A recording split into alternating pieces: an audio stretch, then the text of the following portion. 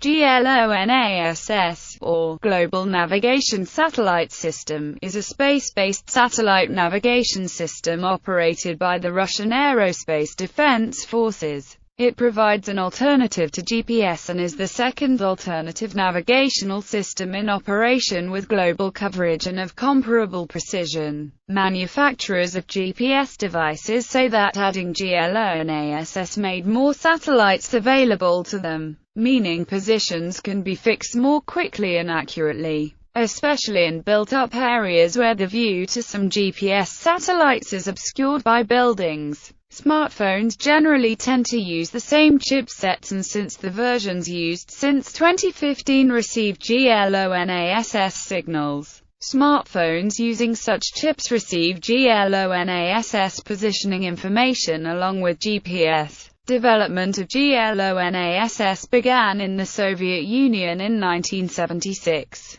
Beginning on 12 October 1982, numerous rocket launches added satellites to the system until the constellation was completed in 1995. After a decline in capacity during the late 1990s, in 2001, under Vladimir Putin's presidency, the restoration of the system was made a top government priority and funding was substantially increased. GLONASS is the most expensive program of the Russian Federal Space Agency, consuming a third of its budget in 2010. By 2010, GLONASS had achieved 100% coverage of Russia's territory, and in October 2011, the full orbital constellation of 24 satellites was restored, enabling full global coverage. The GLONASS satellites' designs have undergone several upgrades, with the latest version being GLONASS-K. History, inception and design. The first satellite-based radio navigation system developed in the Soviet Union was Cyclone, which had the purpose of providing ballistic missile submarines a method for accurate positioning. 31 Cyclone satellites were launched between 1967 and 1978. The main problem with the system was that, although highly accurate for stationary or slow-moving ships, it required several hours of observation by the receiving station to fix a position, making it unusable for many navigation purposes and for the guidance of the new generation of ballistic missiles. In 1968–1969, a new navigation system, which would support not only the Navy, but also the air, land and space forces, was conceived. Formal requirements were completed in 1970. In 1976, the government made a decision to launch development of the Unified Space Navigation System GLONASS. The task of designing GLONASS was given to a group of young specialists at NPOPM in the city of Krasnoyarsk K26. Under the leadership of Vladimir Cheremyshин, they developed different proposals, from which the institute's director Grigory Chernyavsky selected the final one. The work was completed in the late 1970s. The system consists of 24 satellites operating at an altitude of 20,000 kilometers in medium circular orbit. It would be able to promptly fix the receiving station's position based on signals from 4 satellites, and also reveal the object's speed and direction. The satellites would be launched 3 at a time on the heavy-lift Proton rocket. Due to the large number of satellites needed for the program, NPOPM delegated the manufacturing of the satellites to Polyot in Omsk, which had better production capabilities. Originally, GLONASS was designed to have an accuracy of 65 meters. But in reality it had an accuracy of 20 meters in the civilian signal and 10 meters in the military signal. The first-generation GLONASS satellites were 7.8 meters tall, had a width of 7.2 meters, measured across their solar panels, and a mass of 1,260 kilograms. Achieving full orbital constellation in the early 1980s, NPOPM received the first prototype satellites from Polyot for ground tests. Many of the produced parts were of low quality and NPOPM engineers had to perform substantial redesigning, leading to a delay. On 12 October 1982, 3 satellites, designated Cosmos 1413, Cosmos 1414, and Cosmos 1415 were launched aboard a Proton rocket.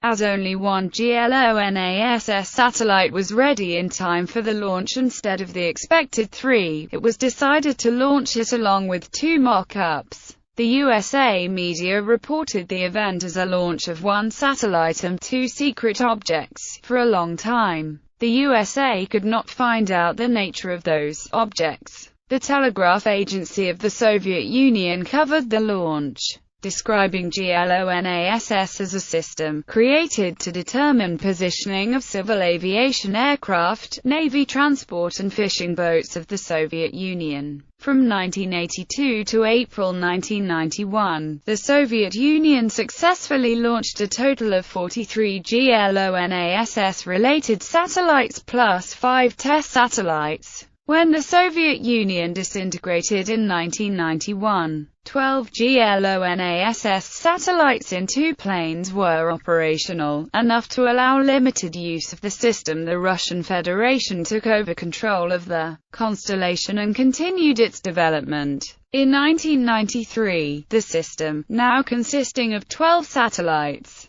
was formally declared operational, and in December 1995 it was brought to a fully operational constellation of 24 satellites. This brought the precision of GLONASS on a par with the USA GPS system, which had achieved full operation a year earlier. Economic crisis. Since the first-generation satellites operated for 3 years each, to keep the system at full capacity, 2 launches per year would have been necessary to maintain the full network of 24 satellites. However, in the financially difficult period of 1989 to 1999, the space program's funding was cut by 80% and Russia consequently found itself unable to afford this launch rate. After the full complement was achieved in December 1995, there were no further launches until December 1999. As a result, the constellation reached its lowest point of just 6 operational satellites in 2001. As a prelude to demilitarization, responsibility of the program was transferred from the Ministry of Defense to Russia's civilian space agency Roscosmos. Renewed efforts and modernization in the 2000s, under Vladimir Putin's presidency.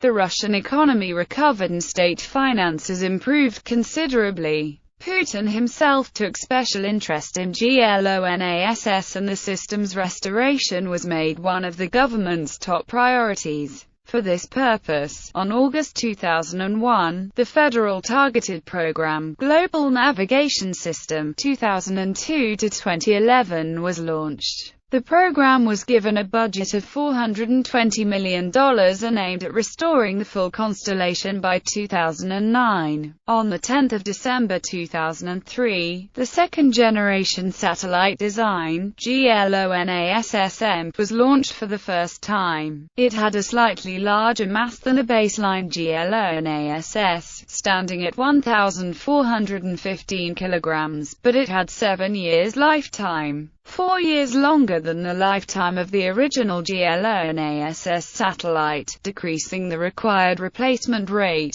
The new satellite also had better accuracy and ability to broadcast 2 extra civilian signals. In 2006, Defense Minister Sergei Ivanov ordered one of the signals to be made available to civilian users. Putin, however, was not satisfied with this, and demanded that the whole system should be made fully available to everyone. Consequently, on 18 May 2007, all restrictions were lifted. The accurate, formerly military-only signal with a precision of 10 meters, has since then been freely available to civilian users. During the middle of the first decade of the 21st century, the Russian economy boomed, resulting in substantial increases in the country's space budget.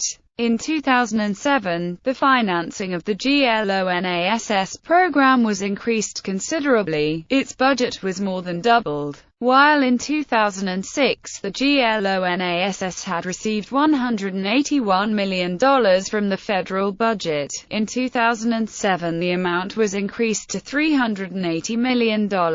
In the end, 140.1 billion rubles were spent on the program 2001 to 2011, making it Roscosmos' largest project in consuming a third of its 2010 budget of 84.5 billion rubles. For the period of 2012 to 2020, 320 billion rubles were allocated to support the system, restoring full capacity. In June 2008, the system consisted of 16 satellites, 12 of which were fully operational at the time. At this point, Roscosmos aimed at having a full constellation of 24 satellites in orbit by 2010, 1 year later than previously planned. In September 2008, Prime Minister Vladimir Putin signed a decree allocating additional 67 billion rubles to GLONASS from the federal budget, promoting commercial use. Although the GLONASS constellation has reached global coverage, its commercialization, especially development of the user segment, has been lacking compared to the American GPS system. For example, the first commercial Russian-made GLONASS navigation device for cars, Glonass SGK-70, was introduced in 2007, but it was much bigger and costlier than similar GPS receivers. In late 2010, there were only a handful of GLONASS receivers on the market, and few of them were meant for ordinary consumers. To improve the situation, the Russian government has been actively promoting GLONASS for civilian use. To improve development of the user segment, on the 11th of August 2010, Sergei Ivanov announced a plan to introduce a 25% import duty on all GPS-capable devices, including mobile phones, unless they are compatible with GLONASS. The government also planned to force all car manufacturers in Russia to support GLONASS starting from 2011. This would affect all car makers, including foreign brands like Ford and Toyota, which have car assembly facilities in Russia. GPS and phone baseband chips from major vendors Qualcomm, Exynos and Broadcom all support GLONASS in combination with GPS. In April 2011, Sweden's Swepus, a national network of satellite reference stations that provides real-time positioning data with meter accuracy, became the first known foreign company to use GLONASS. Smartphones and tablets also saw implementation of GLONASS support in 2011, with devices released that year from Xiaomi tech company, Sony Ericsson, Samsung, Asus, Apple, and HTC adding support for the system, allowing increased accuracy and lock-on speed in difficult conditions. For a more complete list of smartphones, see List of smartphones using GLONASS navigation, and for a more complete list of tablets, see the text GLONASS in the GPS column in the comparison of tablet computers. Finishing the constellation. Russia's aim of finishing the constellation in 2010 suffered a setback when a December 2010 launch of 3 GLONASS-M satellites failed. The Proton-M rocket itself performed flawlessly, but the upper stage Block 3 German marks was loaded with too much fuel due to a sensor failure. As a result, the upper stage and the 3 satellites crashed into the Pacific Ocean. Commercant estimated that the launch failure cost up to $160 million. Russian President Dmitry Medvedev ordered a full audit of the entire program and an investigation into the failure. Following the mishap, Roscosmos activated 2 reserve satellites and decided to make the first improved GLONASS-K satellite to be launched in February 2011, part of the operational constellation instead of mainly for testing as was originally planned. This would bring the total number of satellites to 23, obtaining almost complete worldwide coverage. The GLONASS K2 was originally scheduled to be launched by 2013, however by 2012 was not expected to be launched until 2015. In 2010, President Dmitry Medvedev ordered the government to prepare a new federal targeted program for GLONASS, covering the years 2012 to 2020. The original 2001 program is scheduled to end in 2011. On the 22nd of June 2011, Roscosmos revealed that the agency was looking for a funding of 402 billion rubles for the program. The funds would be spent on maintaining the satellite constellation, on developing and maintaining navigational maps, as well as on sponsoring supplemental technologies to make GLONASS more attractive to users. On the 2nd of October 2011, the 24th satellite of the system, a GLONASS-M, was successfully launched from Plesis Cosmodrome and is now in service.